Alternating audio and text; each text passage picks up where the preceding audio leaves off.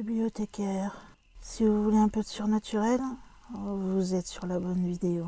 Surtout, n'oubliez pas de vous abonner, cliquez sur la cloche et laissez un petit like sur la vidéo.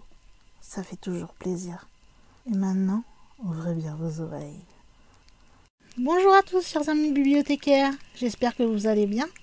Aujourd'hui, nous allons évoquer un sujet que j'avais déjà abordé dans une autre vidéo, mais une ancienne vidéo. Je le remets d'actualité en ayant un tout petit peu plus d'informations. Pas beaucoup plus, parce que j'en ai pas trouvé vraiment énormément. Ce sujet, c'est la Dame Blanche de Palavas. Tout d'abord, sachez que Palavas-les-Flots est une commune qui se situe dans les départements de l'Hérault, et cela en région Languedoc-Roussillon-Midi-Pyrénées. Vous savez, ces fameux noms de régions à rallonge, tout ça pour qu'il y en ait moins, on les a associés les uns avec les autres. Mais bon, bref. C'est là-bas que s'est déroulée une manifestation paranormale. C'était l'apparition d'un esprit de nuit et en pleine route. Cette manifestation porte le nom de Dame Blanche. Vous devez le savoir, une Dame Blanche, généralement, c'est un fantôme, soit d'une femme défunte qui va errer dans un endroit comme dans un château, par exemple, il en existe, ou qui a été victime d'un terrible accident de la route de son vivant, et qui reviendrait donc sur les lieux où s'est déroulé l'accident pour prévenir des conducteurs qu'il y aurait un danger à cet endroit-là et qu'il faut faire attention. Souvent, on la qualifie d'autostoppeuse et elle est vêtue de blanc. D'ailleurs, même l'apparition, que ce soit dans un château par exemple, que l'on appelle aussi Dame Blanche, est aussi vêtue de blanc. C'est pour ça qu'on les appelle Dame Blanche. C'est pas compliqué. Elle ferait du stop en pleine nuit, montrer avec vous dans la voiture, et soudainement, sans savoir pourquoi, elle disparaîtrait sans que vous n'ayez arrêté le véhicule, ouvert les portières ou fait quoi que ce soit. C'est donc à Palavas-les-Flots qu'une de ces légendes de Dame Blanche a pris naissance. Cela s'est déroulé le 20 mai 1981, lorsque 4 jeunes Montpelliérains, qui étaient âgés de 17 à 25 ans, ont décidé d'aller faire un petit tour en bord de mer. Vers minuit, alors qu'ils s'étaient déjà promenés sur les quais de la ville et qu'ils avaient pris un verre, ils décident de rentrer à Montpellier. Sur la route, avant le pont que l'on appelle des 4 canaux, qui est non loin d'une station-service d'ailleurs, le conducteur de la voiture va apercevoir dans le halo de ses phares comme une silhouette au bord de la route.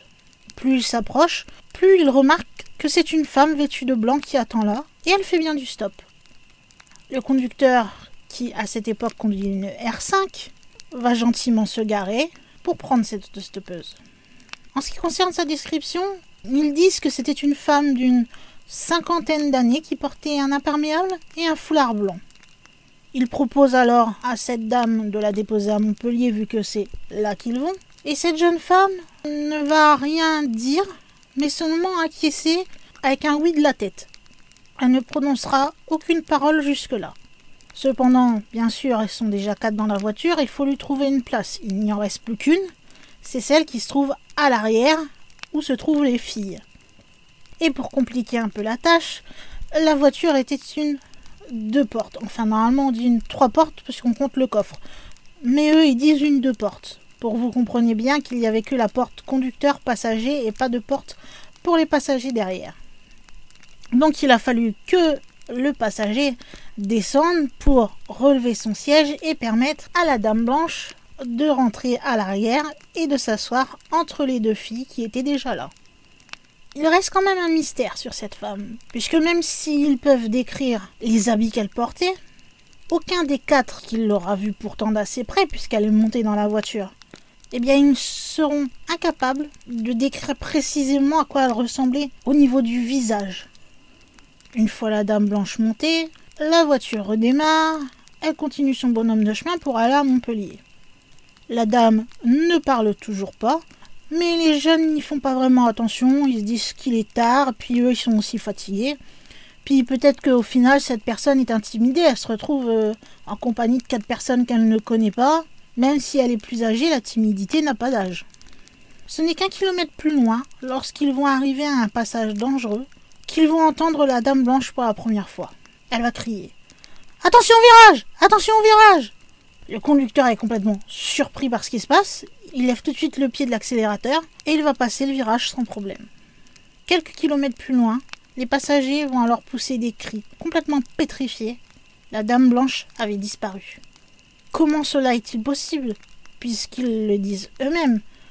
À ce moment-là, la voiture roulait à 90 km/h, sur une petite route, toutes les vitres étaient fermées, de plus, comme je vous le disais, c'était une 2 portes, donc si il fallait qu'elle descende, il aurait une fois de plus fallu que la voiture s'arrête, que le passager avant lève le siège, etc. Donc vous voyez tout le tintouin, ce qui n'est pas arrivé, puisqu'ils ne se sont pas arrêtés du tout.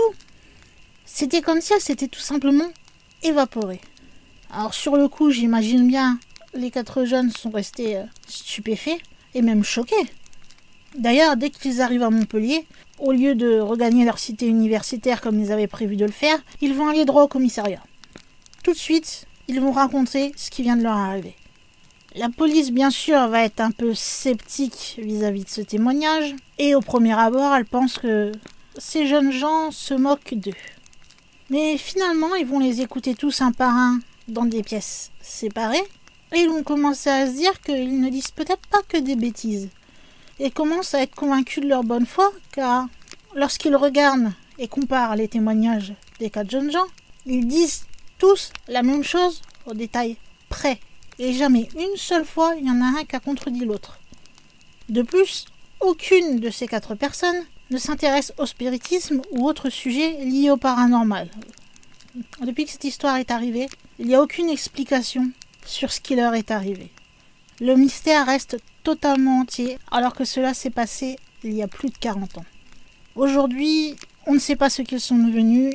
Ils ont vraiment choisi de rester après dans l'anonymat. C'est pour ça d'ailleurs qu'il n'y a aucun nom.